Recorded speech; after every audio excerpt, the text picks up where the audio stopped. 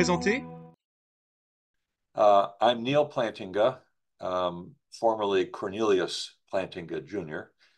I'm a 78-year-old man who has spent my whole life in theological higher education as a seminary professor, as a dean of the chapel, and as president of Calvin Theological Seminary, and then for the last 12 years as a senior research fellow at the Calvin Institute of Christian Worship. I'm an ordained Christian minister, and I'm interested in anything that has to do with the intersection of Christianity and human life. Comment pouvons-nous définir le péché? Well, there are various ways of defining sin. A simple way is anything we think, say, or do that displeases God and for which we deserve blame. But if we fill out the concept of sin, we need the concept of shalom, which is the Hebrew Bible's definition of how life ought to be. It ought to be full of justice, harmony, and delight, which human beings love God, love each other, and live responsibly. And then sin is anything that disrupts shalom, for which we are to blame. There are things that disrupt shalom that we are not to blame for. Cancer, for example. But robbery, theft, deceit, idolatry, envy, pride, those are ways of disrupting shalom for which we are to blame. So the fuller definition of sin is culpable vandalism of shalom. Comment le péché détruit-il les relations, les institutions et la société? Let's start with the most basic of relationships, family relationships. Families have systems. So parents are supposed to take care of children, and children are to honor their parents. That's part of shalom. But when family systems break down, parents neglect their children or abuse their children or operate in so juvenile a fashion that their children have to parent them. And the problem in a family system that's no good is that children who have been badly parented end up badly parenting their own children. So the offenses echo, they multiply, they replicate themselves. So in that way, you can see how sin will corrupt a family system. And something very similar can go on in a society in which the leaders of society are untrustworthy. When citizens don't trust their leaders, chaos results. And when leaders envy or corrupt other leaders, then you have examples in society that, if they are modeled, will corrupt the whole system. So in politics, for example, if you have narcissist or self-absorbed leaders who care really only about themselves and not about helping society in general, what happens is a great vacuum of proper leadership, and anybody or anything can get into that vacuum and corrupt the society. En quoi le péché est-il une folie par opposition à la sagesse? Sin is the wrong recipe for nourishment. It's the wrong fuel to drive our car, our lives. If we sin, we separate ourselves from God, who is our only final source of support, nourishment, and life. So the sinner is being foolish. If, for example, I am arrogant, people will dislike me, mistrust me, fear me, and when they do, they will not be friends or colleagues or close associates. They will preserve a distance between themselves and me.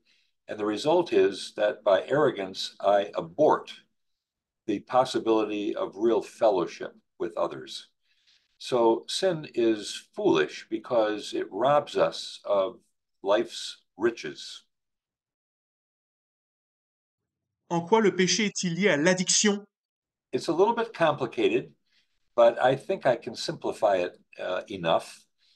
Addiction is a disordered relationship to a substance or a behavior that provides a desired change of mood.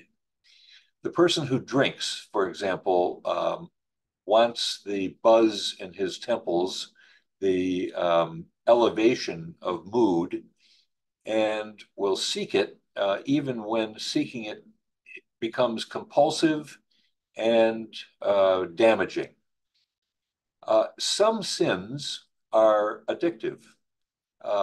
For example, the lustful person is very likely to become addicted to sex, and when addicted, to seek it more and more, and to seek it despite its damaging effects in his own life.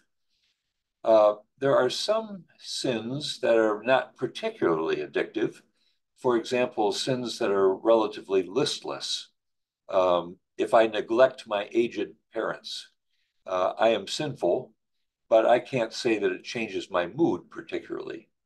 So sin and addiction are overlapping circles. They very often combine, but there are some sins that are not particularly addictive and some addictions that are not sinful. For example, if my mother addicts me to crack cocaine in her womb, I am an addict, but I am not responsible for it. Votre livre va être publié pour la première fois en français, mais il a été écrit en anglais il y a bientôt 20 ans. Avec le recul, êtes-vous toujours en accord avec vous-même? Si vous deviez réécrire l'ouvrage, que changeriez-vous? I think I would stand by virtually everything I wrote. But if I were to write the book over again, I would spend more time on the physical, the genetic influences on people that may affect their culpability. It may be that some children, for example, are born with a tendency in certain directions that is extremely hard for them to resist. And one of the things that I'm most eager that we understand is that none of us human beings can fully estimate the culpability of another human being for the way they behave. Maybe they are totally responsible. Maybe they are minimally responsible. Maybe their responsibility, as is extremely likely, is mixed.